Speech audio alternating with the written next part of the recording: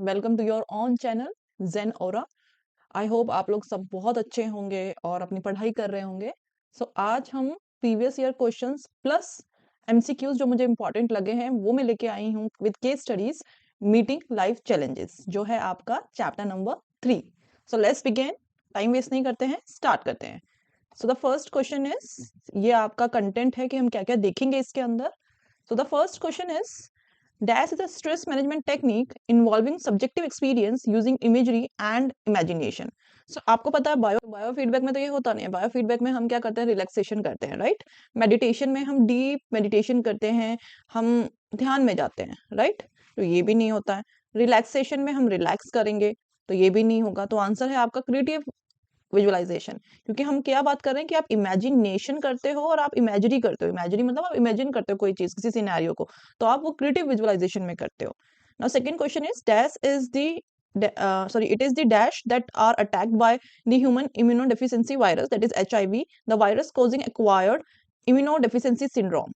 तो कौन से करते हैं? नेचुरल किलर सेल्स तो नहीं करते हैं, टी सेल्स नहीं करते हैं, बी सेल्स नहीं करते हैं, टी हेल्पर सेल्स करते हैं, राइट, ये अटैक करते हैं। Then third question is, dash is the term used to describe the level of stress that is good for a person as it enhances performances. D stress, तो D add हो गया तो ये D ही कर देगा हमें, है ना, सैड ही कर देगा हमें। तो ये नहीं होता। सोशल स्ट्रेस तो सोशली सराउंडिंग से रिलेटेड होगा, वहां पे कहीं इनहेंस कैसे होगी परफॉर्मेंस? नहीं होगी। स्ट्रेन, स्ट्रेन मतलब थकावट है, ये सारी चीजें, वो सारी चीजें नहीं। यू स्ट्रेस, तो यू स्ट्रेस क्या करता है? हमारी परफॉर्मेंस को इंक्रीज करता है। According to the expert who deals with the PTSD, post-traumatic stress disorder, one of the key attitude to develop in the survivor is that self-efficacy, self-concept, self-worth and self confidence. देखो क्या है, अगर आप इन सारे concepts को देखो, self efficacy, self concept, self worth और self confidence, तो क्या बोल रहे हैं इसमें से एटीट्यूड आपका कौन डेवलप करवाएगा? आपके थॉट्स, आपके व्यूज अबाउट समथिंग कौन करवाएगा? आपका सेल्फ कॉन्फिडेंस करवाएगा। सेल्फ एफिकेसी और सेल्फ कॉन्सेप्ट वगैरह में आप अपने बारे में क्या सोचते हो, है ना, वो आपके एटीट्यूड में जो कॉन्ट्रीब्यूशन है उसकी बात नहीं करते हैं। तो यहाँ पे ये इंपॉर्टेंट वर्ड है, इसीलिए। Now the state of physical, emotional, psychological exhaustion is known as, तो ऐसा कौन सा स्टेट है? अब रेजिस्टेंस हमें पता है, गैस मॉडल में तो नहीं, नहीं। स्ट्रेस में भी हम नहीं। इमोशनल और साइकोलॉजिकल एग्जॉशन तो स्ट्रेस में नहीं है। कोपिंग में तो ये दोनों होने से रहे। कोपिंग में तो हम इनसे कैसे डील करते हैं उसकी बात करते हैं। तो आंसर इज बर्नआउट। तो dash is the result from blocking of needs and motives by something और समवन। तो नीड्स और मोटिव्स को नीड्स को जब कोई चीज हमारे हिंडर कर रही है us from achieving desired goal. So क्या होता है? कॉन्फ्लिक्ट मतलब जब आपको दो चीजों के बीच में कोई चीज चूज करनी पड़े।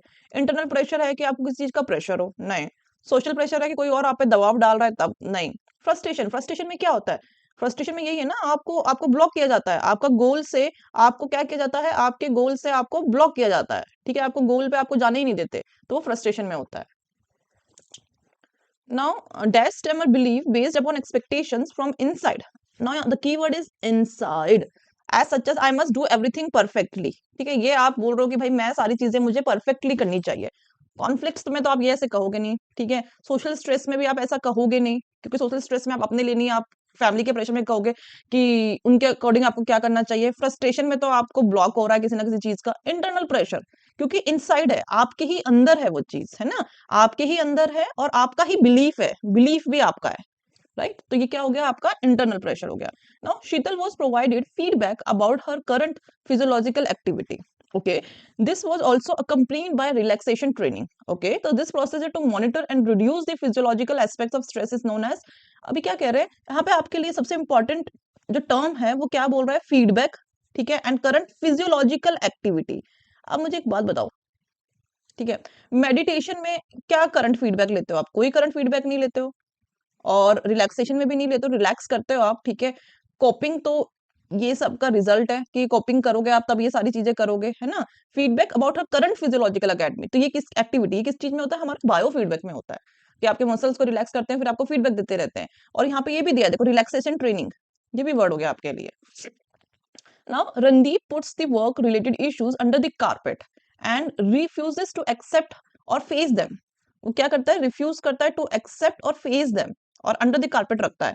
मैनेजिंग में क्या करेगा? मैनेजिंग में वो क्या अंडर द कारपेट तो नहीं करेगा, तो मैनेज तो नहीं होना। प्रोकास्टिनेशन में वो क्या करेगा? कल पे टालेगा। ये आपको थोड़ा कंफ्यूज कर सकता है, ठीक है। बट यहाँ पे कहीं पे भी टालने की बात नहीं की है, बस इन्होंने क्या बोला है, जो इंपॉर्टेंट चीज जिस पे हमें देखना है, रिफ्यूजेस टू एक्सेप्ट और फेस देम, ठीक है। प्रोक्रेस्टिनेशन में आप टालते हो चीजें कल पे, अप्रोच में तो आप उन्हें करोगे, है ना। तो ये दोनों तो हो रहे हैं। अवॉइडिंग, अवॉइडिंग में हम ऐसा करते हैं, हम क्या बोलते हैं, चल छोड़ यार, आज नहीं कल से पढ़ाई करेंगे, कल से पढ़ना स्टार्ट करेंगे, एग्जाम में इतने दूर है। तो वो हम प्रोक्रेस्टिनेशन से ज्यादा क्या कर रहे हैं, अवॉइड कर रहे हैं उसमें चीजों को। Now Hina lost her husband in a car accident. This life event is traumatic. Which of the following is not true? अब देखो क्या बोला है, not true, ठीक है। not true, not true about the effects the stress sorry stress can have on her. not true कि इनमें से कौन सा सच नहीं होगा। तो now stress can affect the behavior in the form of eating less nutritional food, disrupt feel patterns, increased absenteeism and reduced work pressure. तो ये सारी चीजें तो भाई स्ट्रेस में कोई भी चीज करता है इंसान, सब ये सारे जो सिम्टम्स लिखे हैं सब करता है।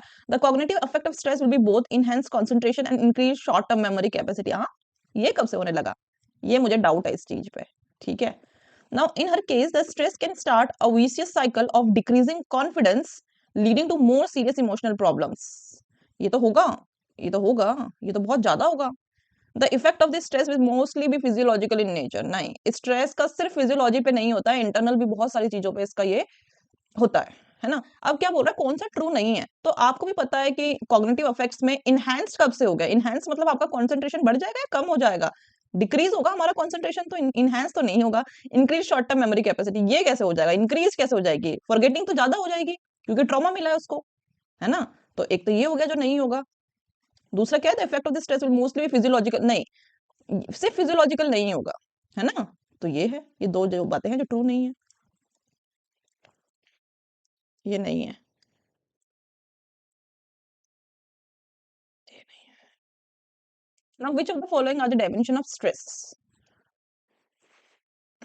इंटेंसिटी देखी जाती है, ड्यूरेशन देखा जाता है, प्रोडक्टिवली देखी जाती है, वल्नरेबिलिटी नहीं देखते हम स्ट्रेस की। वनरेबल तो है इसलिए हम स्ट्रेस में गए ना।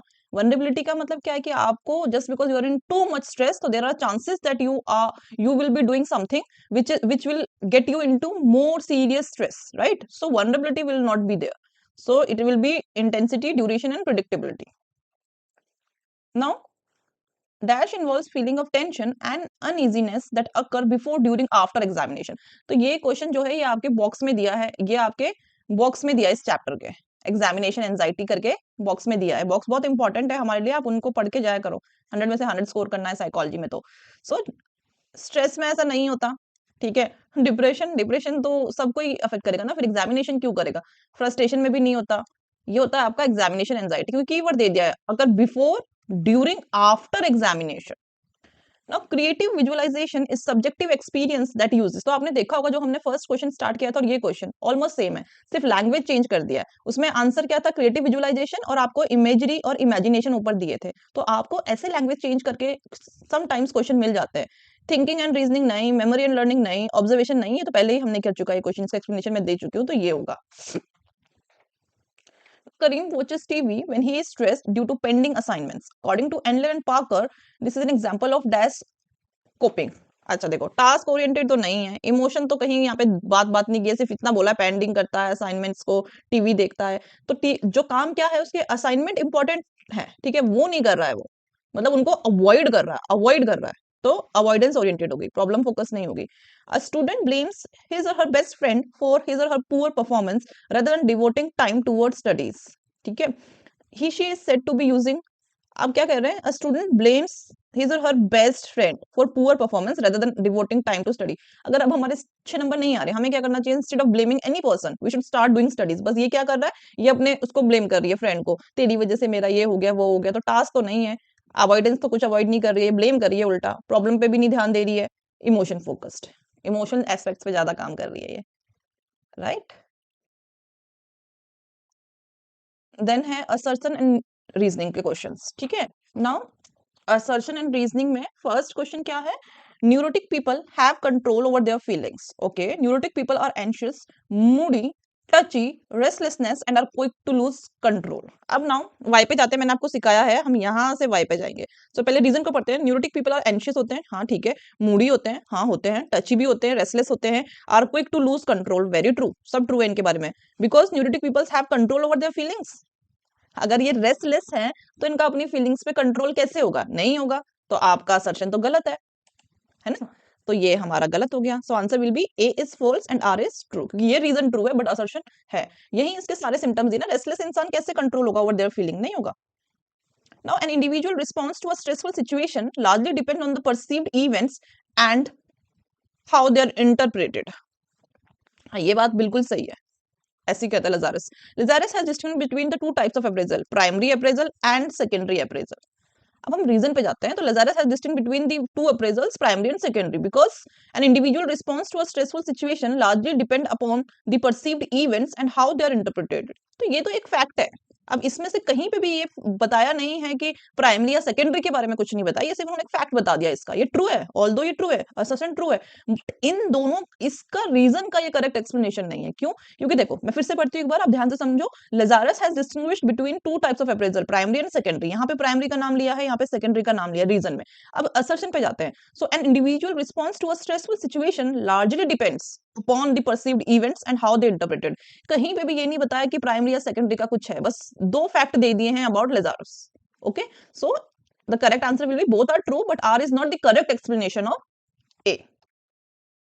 Now, life skills are abilities for adaptive and positive behavior that enable individual to deal effectively with the demands and challenges of everyday life। True है, देखो ये बात तो आपको पता है। लाइफ स्किल्स सीखोगे तो ये सारी चीजें होंगी। To meet the challenges of life, a positive attitude, a positive thinking, social support, etc. are some factors that can be help। Now, अब रीजन पढ़ते पहले। To meet challenges of life, a positive attitude, positive thinking and social support, etc. are some factors that can be helpful। ठीक है, because life skills are abilities for adaptive and positive behavior that enables individual to deal effectively with the demands and challenges of everyday life। अब एक बात देखो, ये दोनों fact है, दोनों ट्रू है, ये भी ट्रू है, ये भी ट्रू है। लेकिन कहीं पे भी ये जो उन्होंने जो कुछ एग्जांपल्स दिए हैं, ऐसा कोई एक पर्टिकुलर एग्जांपल की बात करी है? नहीं करी है। इन्होंने लाइफ स्किल्स के एक भी नाम भी नहीं लिया, सिर्फ इन्होंने एक लाइफ स्किल का टर्म को यूज किया है। और जबकि इन्होंने क्या बोला है? To meet challenges of life, a positive attitude, positive thinking. इन्होंने भी सिर्फ एक फैक्ट की बात करी। दोनों फैक्ट्स हैं लेकिन दोनों में कोई रिलेशन नहीं है। सो B. Now, these are the questions जो आपको देखने हैं। What are biofeedback? Explain with the help of individual in controlling physiological response। Now, Fatima communicates her feeling views clearly and with confidence। She should say no to a request and state an opinion without being self-conscious। Which life skill is she using? Suggest two more skills।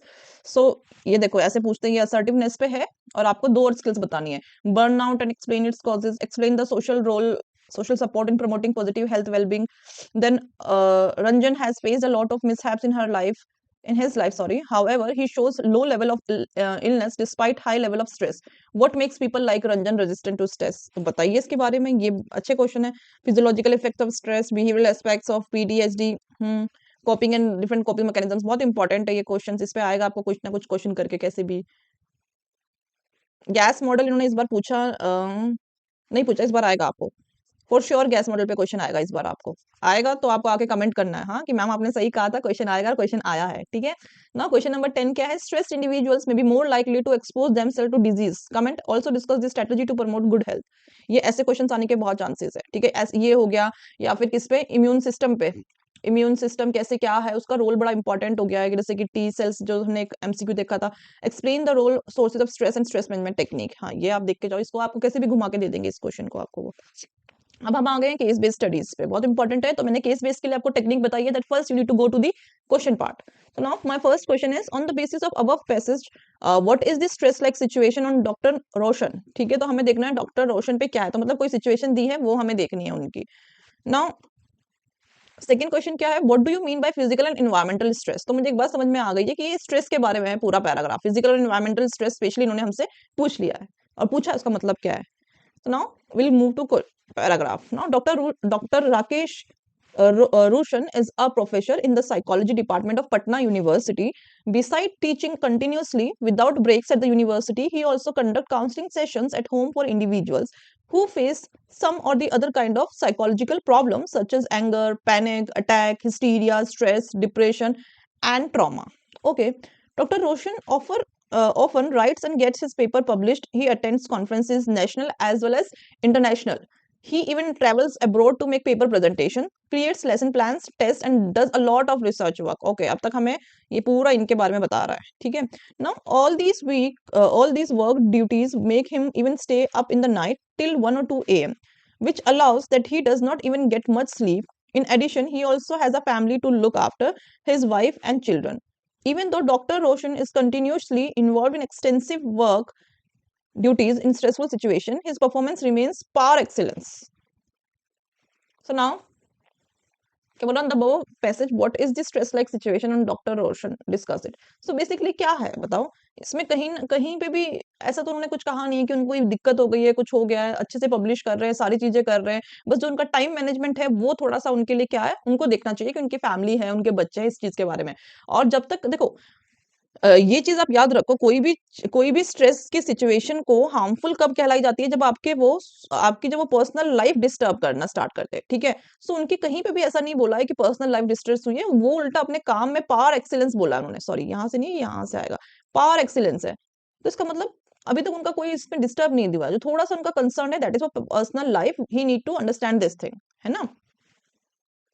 What do you mean by physical and environmental stress? तो ना physical stress कौन से होते हैं? Physical stress जो हमारे physical body से related हो जाते हैं बेसिकली, और सिंपली मैं समझू तो जैसे कि उन्होंने बोला लैक ऑफ स्लीप करते हैं वो, ठीक है, और वो दिन भर काम करते रहते हैं, तो माइट भी उनकी डाइट जो है वो सफर होती होगी, बहुत सारे रीजंस होते हैं। और दूसरा उन्होंने पूछा इन्वायरमेंटल स्ट्रेस। इन्वायरमेंटल स्ट्रेस कौन से हो जाते हैं? जो आपको इन्वायरमेंट से आए, जैसे कि समझ लो टेम्परेचर बहुत ज्यादा कोल्ड हो गया, बहुत ज्यादा बाहर गर्मी हो गई, और कहीं पे आपके आसपास बगल में शादी हो रही है तो बहुत ज्यादा आपको आवाजें आ रही हैं, ये सारी चीजें, ठीक है? अच्छा था पैराग्राफ, सिंपल सा है। लेकिन आपने एक चीज देखी, इस पैराग्राफ में फिजिकल स्ट्रेस की थोड़ी सी बात करी है, वो भी एकदम टच नहीं किया है। इन्वायरमेंटल स्ट्रेस की भी कोई ज्यादा, थोड़ा सा उन्होंने पैराग्राफ दे दिया है, लेकिन ज्यादातर चीजें नॉर्मल थियोरेटिकल थी इसमें ना। सेकंड केस देखते हैं हम। First question, consider the plight of Jyoti, she is in. Okay, Jyoti एक कैरेक्टर है जिसको हमें लेके चलना है अभी, ठीक है? Which of the following symptoms show that one of the cause of Jyoti stress was due to hassle. ठीक है, हैजल क्या होता है? लाइफ के दिन, रोज दिनचर्या के जो काम होते हैं उनको हम हैजल्स बोलते हैं, ठीक है? Which of the symptoms in Jyoti showed that cognitive effect of stress? Okay, ये हम देखेंगे। The source of stresses can be, okay, so ये पूरा स्ट्रेस से डील कर रहा है ये चीज का पूरा, एक बंदी के आसपास सारा स्ट्रेस की बात करें तो नाउ देखते हैं। Jyoti is a 10-year-old girl. She was employed in the house of a government employee who lived with his wife and 3-year-old son. Okay, she was made to do all the household work such as your cleaning, washing clothes, preparing meals, gardening, all kind of work in the kitchen, and was supposed to look after the child. Okay, 10-year girl है, पूरा child labor करा रहे हैं। The duo of husband and wife never treated the young girl with kindness and courtesy. They always mistreated her, abused her, even beat her if she does anything wrong, and they never paid her monthly wage, which was 200, nor let her speak to her parents. A psychologist by chance happened to visit the house of the government employee. She noticed the government employee and his wife does not treat Jyoti well and are quarrelsome. She also noticed that the symptom of anxiety on Jyoti's face. Beside this, Jyoti was feeling depressed, alienated from her surrounding. When asked about her certain things, Jyoti could not recall the same and was exhibiting poor concentration and short-term memory capacity. She also had disrupted sleep patterns, increased absenteeism, and reduced work performance. So एक बच्ची पे अत्याचार हो रहा है basically, और child labour भी हो रहा है ना, और गवर्नमेंट एम्प्लॉय कर रहा है, देखने की बात है। So now consider the plight of Jyoti, she is in. So physical stress, psychological stress, सारे स्ट्रेस में भाई, एक दो और हो तो वो भी बता दो, सारे सारे सारे सारे स्ट्रेस में है वो। Which of the following symptom showed that one of the cause of Jyoti stress was due to hassle? हाँ, तो कैसे? Her employer did not treat her well and work quarrelsome, they never paid her monthly wage, तो ये तो hassle नहीं है। She also had disturb sleep patterns, I am so sorry,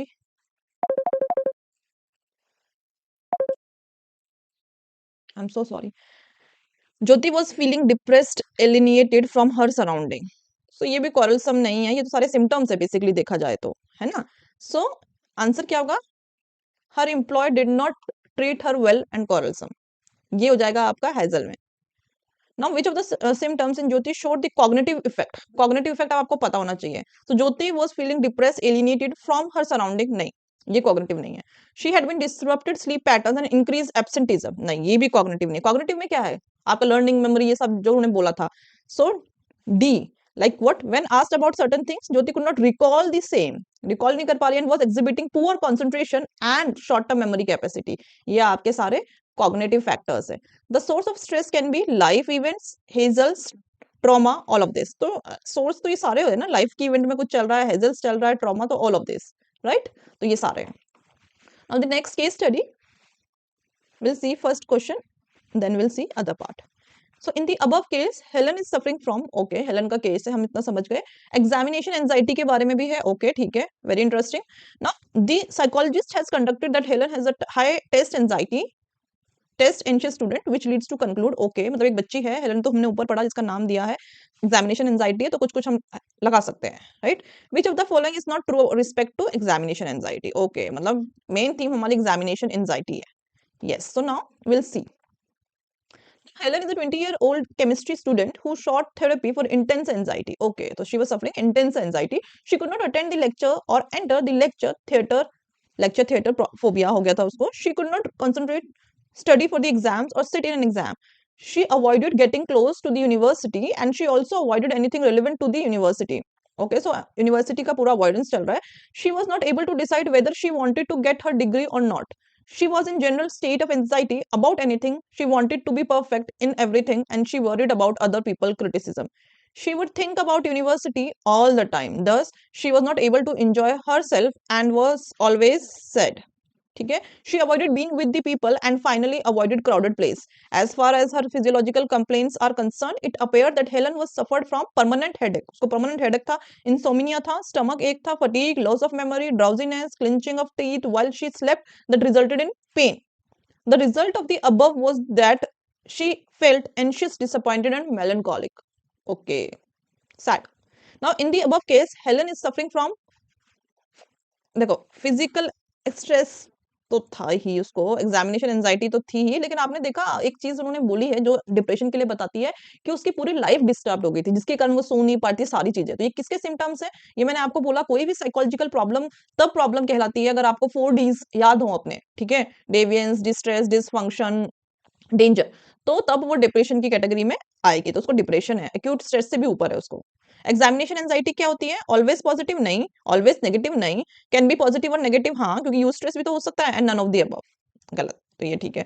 The psychologist has conducted that Helen is a high test anxious student. What led to conclude this? क्या हुआ होगा? Intense emotional reaction नहीं, feeling of inadequacy नहीं, helplessness and loss of status नहीं।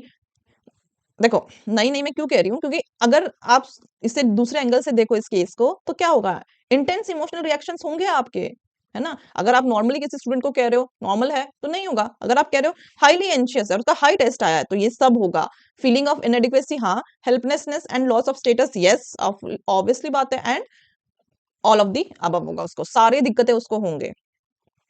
Now, which of the following is not true about respect to examination anxiety? कौन सा true नहीं है? So, examination stress can be characterized as evaluative apprehension. Yes, को कहते हैं, क्यों? क्योंकि आपका टेस्ट के बाद रिजल्ट मिलेगा एग्जाम के बाद, तो आप इवेल्युएटिव करते हो, इवेल्युएट करते हो, कुछ आपको मार्क्स मिलेगा, तो ये तो ट्रू है।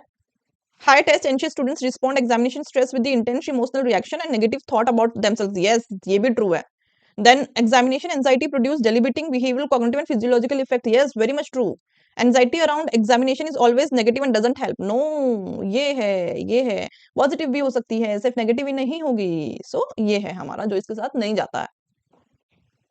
यस, सो आज का हमारा ये जो सेशन था इस पे चैप्टर 3 पे खत्म हो गया है। I hope you enjoyed this, I enjoyed a lot. And अगर आपको थोड़ा सा भी हमारा हार्ड वर्क पसंद आ रहा हो तो प्लीज आप कमेंट करें और हमारे चैनल को सब्सक्राइब करें। एंड मैंने आपके लिए बहुत ही अच्छा कोट लिखा है जिसको आप पढ़ें जब आप ये पूरा कर रहे होंगे टेस्ट करने के बाद। एंड रिमेंबर कि एक जर्नी है, ठीक है? आप ये जो सारा टेस्ट कर रहे हैं, जो प्रैक्टिस कर रहे हैं, don't evaluate it. Evaluate it मतलब क्या है? आप उससे ये मत देखो अभी कितने मार्क्स आ रहे हैं, आप सिर्फ ये समझो कि आपको ये पता चल रहा है कि कैसे कैसे क्वेश्चंस आते हैं, ठीक है? So take it in a positive way, work hard, study hard and also take care of food and sleep, क्योंकि फूड एंड स्लीप अच्छे होंगे तो आपका रिकॉल अच्छा होगा। Thank you so much, take care and please do subscribe our channel. And आपके कोई friend हो जो साइकोलॉजी की तैयारी कर रहे हो, 11th-12th में हो, उनको हमारा चैनल जरूर आप सजेस्ट करें, उनको बहुत हेल्पफुल इंफॉर्मेशन मिलेगी। Thank you so much.